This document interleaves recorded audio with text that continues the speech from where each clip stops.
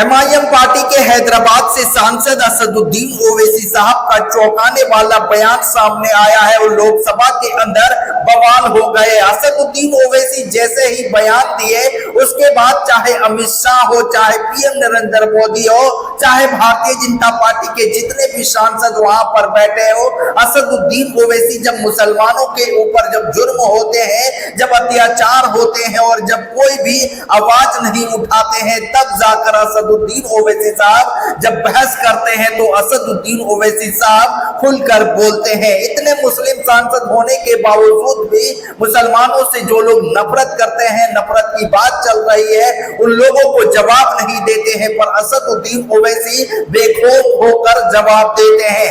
आज लोकसभा के अंदर असदुद्दीन ओवैसी साहब क्या कुछ बोले हैं, इस बयान को हर एक मुसलमान, हिंदू, दलित सभी लोगों को सुनना चाहिए। तो ओवैसी साहब का ये धमाकेदार भाषण पूरा सुने। श्री असदुद्दीन ओवैसी जी। मोहतरम चेयरमैन साहब, आपने मुझे बोलने का मौका दिया। सुनिए पूरा। मैं शुरुआत में बताना चाह रहा हूं कि मैं हुकूमत की तरफ से लाए गए इस रेजोल्यूशन की मुखालिफत में बोल रहा हूं और मैंने अमेंडमेंट्स भी दिए हैं प्रेजेंट एड्रेस के लिए।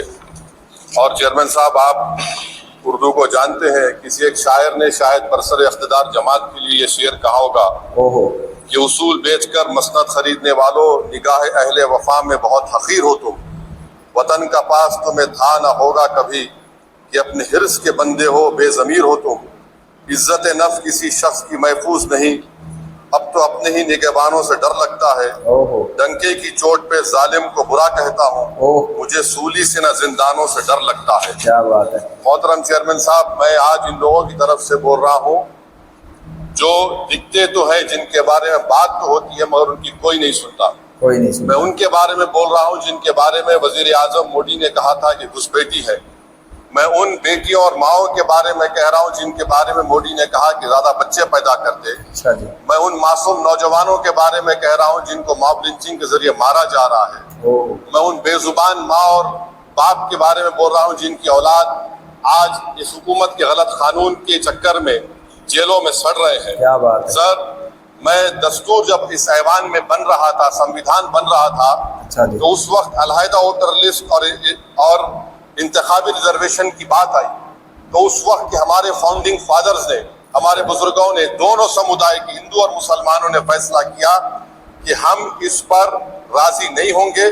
बल्कि उन्होंने क्या कहा था हमारे फाउंडिंग फादर्स ने, उन्होंने मुखालिफत की थी अलहदा वोटर लिस्ट की और इंतखाबी रिजर्वेशन की।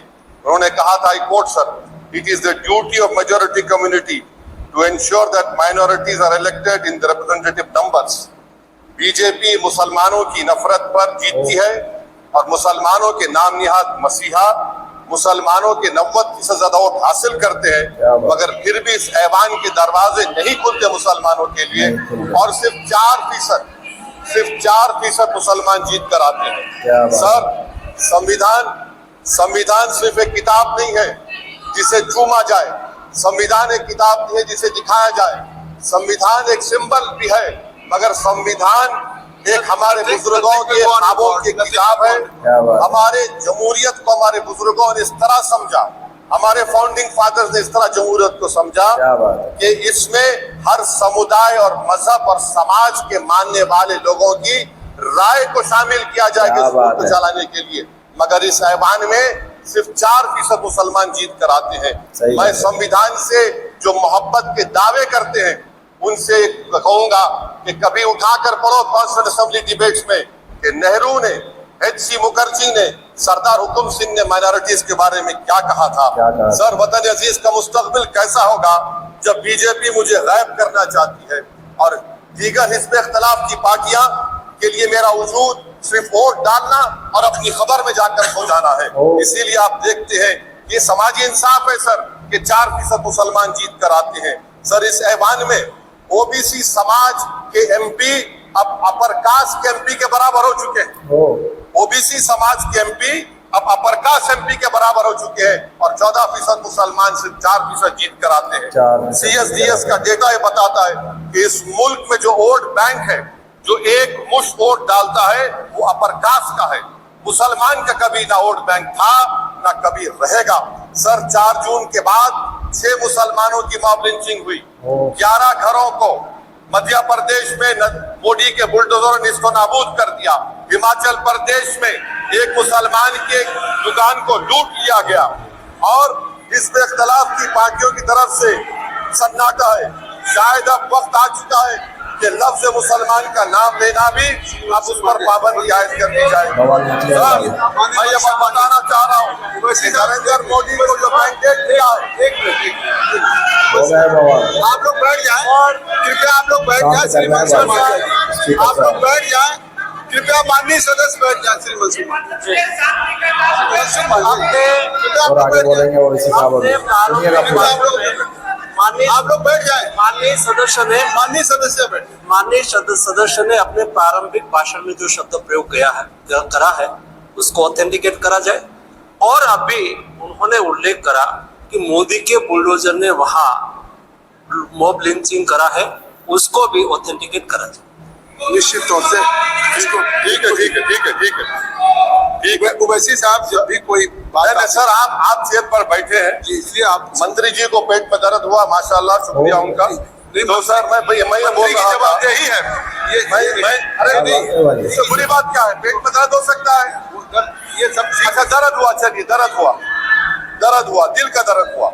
तो सर जो नरेंद्र मोदी को मैंडेट मिला है वो सिर्फ और सिर्फ मुसलमानों की नफरत पर हिंदुत्व की वजह से मिला है। आई वुड लाइक टू से it is not Modi's in dog, but every single person voted him despite his anti-Muslim voice. And I would like to tell the opposition parties, this is not a moral victory for you. This is a victory of majoritarianism. Everyone should contemplate and do introspection. Why is it that the OBCs and the upper caste are getting their due representation? Why are the Muslims not getting? Are we here only to vote for you and not to get elected? If that is the case, please tell us that we are only here to vote for you. Sir, आज भारत के आधे नौजवान बेरोजगार हैं और रोजगार की तालाश, बेरोजगारी का आलम यह है सर कि मोदी सरकार के 5 साल में 75 लाख एस्पिरेंट्स की जिंदगी बर्बाद हो गई, 6 पेपर लीक हुआ। बेरोजगारी का आलम यह है सर कि रशिया जा रहे हैं, वहां जाकर अपनी जानों को दे रहे हैं। बेरोजगारी का आलम यह है कि नरेंद्र मोदी रोजगार का कैंप चलाती है नौजवानों के लिए कि तुम इजराइल में जाकर काम करो, उनको कैनन फॉडर बना रही है ताकि फलस्तीनों की जायदादों को हड़प कर सके। ये भी तो दोस्तों आप लोगों ने सुना एमआईएम पार्टी के हैदराबाद से बैरिस्टर असदुद्दीन ओवैसी साहब सांसद है, लोकसभा के अंदर जिस तरह से वो मुखर होकर आवाज उठाते हैं गरीब और मजलूमों के लिए, जिस तरह से असदुद्दीन ओवैसी साहब जब बोलते हैं, जब अगेंस्ट पार्टी के जब सांसद जब टोकते हैं तो असदुद्दीन ओवैसी साहब कुछ ऐसा बोल जाते हैं तो पूरा बवाल हो जाते हैं और असदुद्दीन ओवैसी साहब डट कर खड़े रहते हैं। तो बैरिस्टर असदुद्दीन ओवैसी साहब का इसी तरह से जलवा सदन के अंदर हमेशा बरकरार रहते हैं, वो हमेशा हक की आवाज को बुलंद करते हैं। आप लोगों को कैसा लगा बैरिस्टर ओवैसी साहब का ये बयान सुनने के बाद कमेंट सेक्शन में जरूर बताएं। इस वीडियो को ज्यादा से ज्यादा व्हाट्सएप फेसबुक पर शेयर करें। फिर मिलते हैं एक नए वीडियो के साथ।